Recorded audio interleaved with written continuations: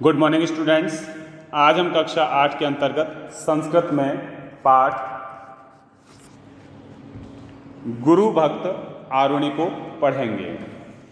इस पाठ में आरुणि की अपने गुरु के प्रति जो भक्ति है उसे दिखाया गया है। आइए पाठ को पढ़ते हैं।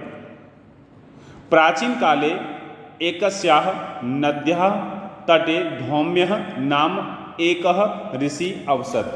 प्राचीन काल में एक नदी के तट पर धौम्य नामक ऋषि रहते थे। तस्य आश्रमे सहस्रम छात्राः विद्याध्ययनार्थम आगच्छन्ति स्म। उनके आश्रम में हजारों छात्र विद्याध्ययन के लिए आते थे। ते छात्राः आश्रमस्य छात्रावासे निवसन्ति स्म। वे छात्र आश्रम के छात्रावास में रहते थे। तेषु छात्रेषु आरुणिरपि एकः छात्रः आसीत्। उन छात्रों में आरुणि भी एक छात्र था।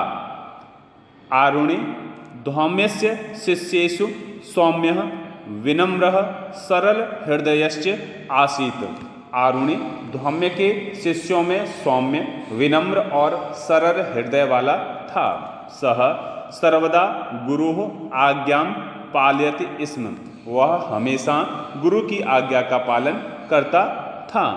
आश्रमस्य पशूनां चारणं रक्षणं वृद्धानां सेवा आश्रम वटुकानां सहायता च तस्य मुख्य कार्याणि आसन्। आश्रम के पशुओं का चारा एवं उनकी रक्षा करना, वृद्धों की सेवा करना और आश्रम के ब्रह्मचारियों की सहायता करना उसके मुख्य कार्य थे। एकदा नवः मेघे आच्छादित अभवत्। एक बार आकाश बादलों से ढका था। शीघ्रं च धारासारैः वृष्टिरारब्धा। और जल्दी ही मूसलाधार वर्षा प्रारंभ हो गई।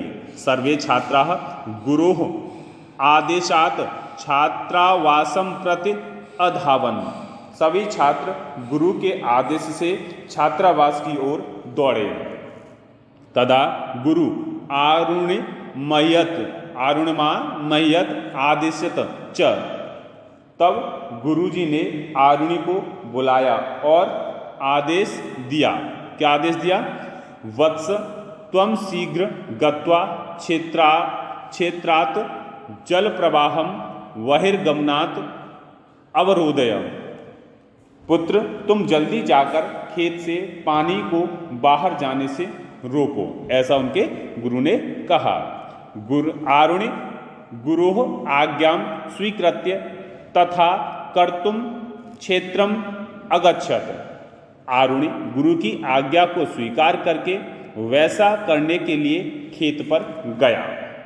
तत्र च भग्नं मृत्तिकावन्दं पुनः दृढ़ं कर्तुं अयतत। वहाँ टूटी हुई मिट्टी की मेड़ को पुनः दृढ़ करने के लिए वह प्रयत्न करता रहा। परम जल वेगेह मृत्तिकया न अवरुद्धः। परंतु पानी का वेग मिट्टी से नहीं रुका। आरुणि ही चिंततो अभवत्। आरुणि जो था वह चिंतित हुआ। गुरोः आज्ञा कथम सफला भवेत इति विचार्य स निज शरीरमेव वंदस्थाने स्थापयत।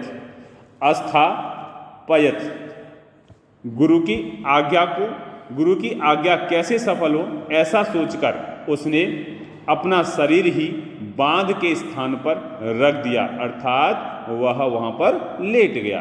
दिवसो रंजयाम परिवर्ततः। अब उसके बाद में क्या हुआ? उस दिन रात में परिवर्तित बादल हो गया, अर्थात बादल बदल गया। रात्रो यदा धौम्यः छात्रेषु आरुणि न अपश्यत तदा स वटुकान् अपृच्छत।